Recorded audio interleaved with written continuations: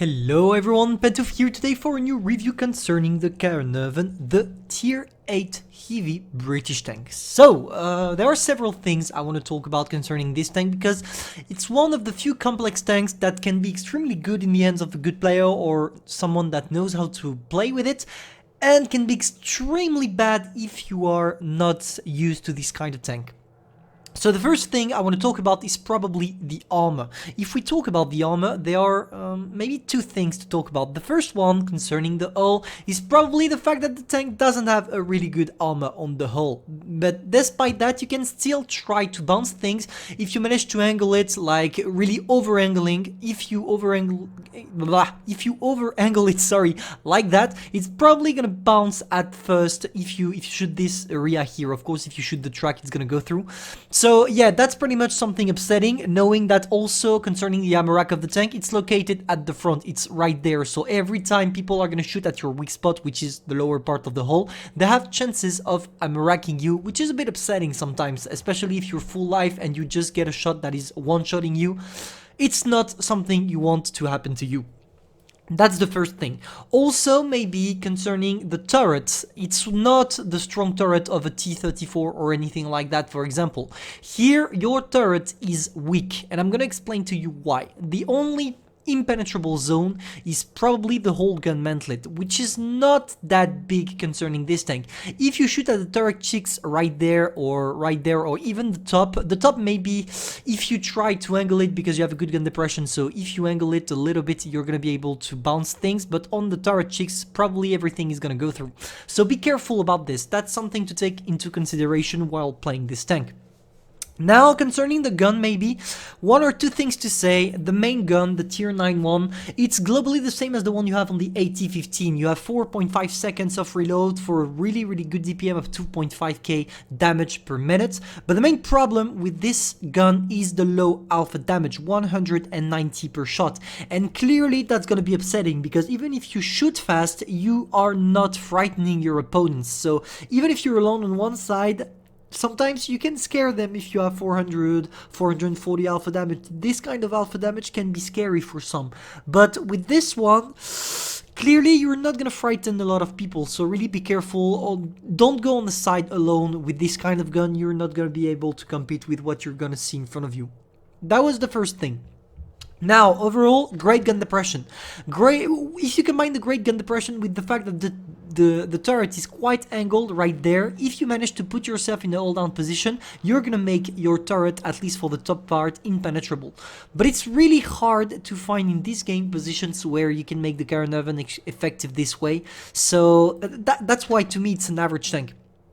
Now, concerning the mobility, nothing really exciting. I mean, it's quite average, if not below average, because most of the British tank, especially heavies, don't have the best mobility ever, but still, it's gonna do the trick. But let's face it, if you can use, for example, the engine booster, it could be a good idea. But that's only my way of playing the tank. By the way, I'm just gonna change real quick what I put here, because even if I advise you to play it with improved engine booster, I'm too used to what I'm playing usually, so I'm gonna go for the repair kit instead. Now, concerning the equipment, how am I playing the tank? Really simple. I go for the gun rammer because you already have a good penetration, you don't need to improve it much. After I go for the engine's gun laying drive and the vertical stabilizer to maximize the lowering of my aiming time, because clearly this is one of the greatest accuracy at tier 8, so you don't need to go for the refined gun. So that's how I'm using it for it. Vitality, you're not fast enough to be able to ram, so I go for the defense system. After I go for the improved assembly because clearly enhanced armor is useless on this tank. And finally the toolbox. Concerning specialization, improved optics because I'm not a TD, I'm not gonna camp, so I don't go for the camo. I go after for the engine accelerator because the mobility, at least the top speed, is quite mediocre, so I have to compensate for it, sorry. And finally high-end consumables because usually, as I told you, you have a great alpha, no, not a great alpha damage, a great reload time, and you can improve it by playing adrenaline. And to make adrenaline even more effective when I use it, I go for the high-end consumables, which is 30% of duration of consumables more. That's how I'm playing the tank. Now let's go on the replay.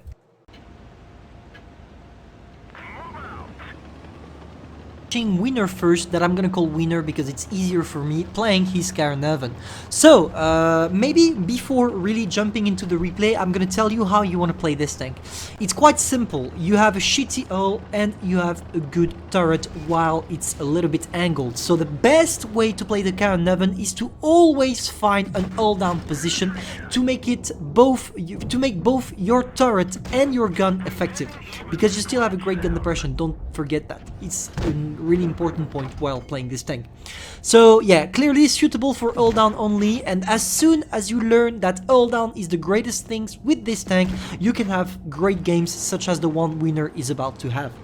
Now let's go back to the replay. As you can see, he tried to play very aggressively at the beginning, trying to maybe shoot whatever is crossing, and he did the right thing, because thanks to the great DPM the tank has, he just managed to perma-track the Tiger II, and that's the kind of things we love with low alpha gun, because low alpha probably means great reload time, and therefore perma-tracking is working effectively.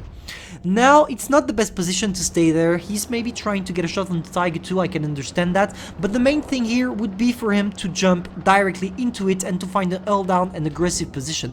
And that's what he's about to do. He kills the Tiger II thanks to the great gun dispersion that allows him to just shoot without really aiming, and now he's going in a really interesting position, and that's where the Caernarvon is going to be effective. The hull down technique, look at that. From this point here, he can clearly see the whole enemy team, and he is probably in the best position to be able to bounce shots, except, as I already told you, that the turret is quite weak. Here it's good if he was playing maybe against a tier 7, but for now it's gonna be quite hard for him to bounce all the shells from the Yak Panther 2, just because, as I already told you, if you don't angle the roof of your turret, you're gonna get penetrated, and especially by Yak Panther 2, which has one of the best penetrations at tier 8. So instead of pushing straight on the Yak Tiger, which was the Yak Panther, sorry, which was probably a mistake, he's watching his map. Clearly he's watching his map, because if he wasn't, he wouldn't have been able to see that T-34-2G, and he doesn't need to show himself for the moment. He just has to farm damage, and that's what is probably incredible with the Caernarvon. When nobody's watching you, like it's the case for him during the replay, you can clearly farm a lot of damage, because I want to remind you, you have 2.5k DPM, which is a lot for a tier 8, and if you manage to make it effective by playing not in a secondary line, but trying to wait for your enemies to shoot at someone else than you, when you can just burst all your shells in, you're gonna have great games. Here, the Yak Tiger 8.8 seems to have a really big lag, so it's not gonna be a problem for him to circle. Usually, he wouldn't have been able to circle the Yak Tiger 2 if the Yak Tiger 8.8. Wow, man, I'm really struggling with text name for now. So I was saying, if that Yak Tiger 8.8 was not lagging, he wouldn't have been able to circle it, because clearly, I already told you, the Caernarvon mobility is not the best. You're gonna be quite easily flanked and circled by mediums or anything like that, and as soon as you show something else than your turret, you're quite weak. But it's not a problem here. He managed to destroy the Yak Tiger. He goes back before taking back the shot of the KV-3, and now he has a choice to make. It's either he goes on the KV-3 or the T-34-2G, and clearly, knowing the T-34-2G is a one-shot, he definitely better go on the guy right there, and that's what he's gonna do, and that's the perfect thing to do, because yeah, clearly, being nearly a one-shot for the KV-3, if he wanted to just go on him, knowing the KV-3 is full life, clearly not the best deal. So, he's not alone, he's with an SU-152. Let's see if the SU managed to do something. Unfortunately, he bounced or missed the T-34-2G, but Caernarvon is coming to the rescue. The winner is coming. He's just gonna wait for the T-34-2G maybe to show himself, but as you can see from the map in perspective, the KV-3 is trying to go on him. So he needs to kill as soon as possible that T-34-2G. I don't know yet if he's gonna wait or push. If I was him, I would push, because you have the element of surprise when you push, and I think that's what he's gonna do. He's gonna try it, and it worked because the T-34-2G just rushed in, and knowing he doesn't have a turret, the Caernarvon had the I was about to say the high ground, but no, we're not in the Star Wars meme. But the Caernarvon had the advantage. Now it's really tough for him. Even if the KV3 doesn't have the last gun, because as we can see previously, he didn't take 400 damage, he took something around 250. So we know the KV3 is not full.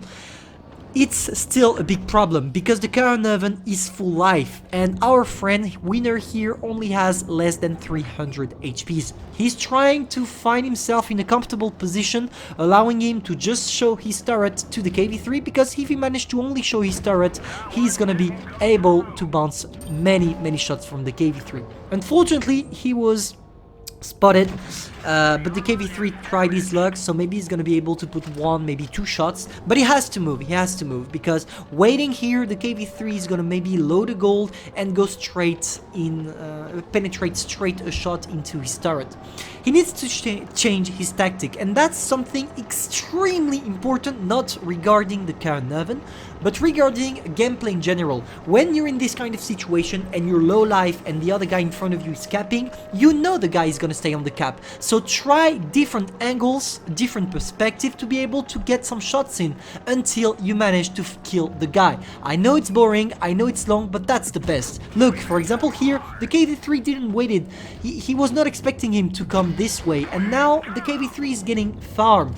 And that's something great for him, because he went from full HP KV3 to half HP KV3. Of course, there is something that is important to precise here. The Caernarvon, the KV3, sorry, is clearly brain dead. I mean, the guy is probably about less than 50% win rate.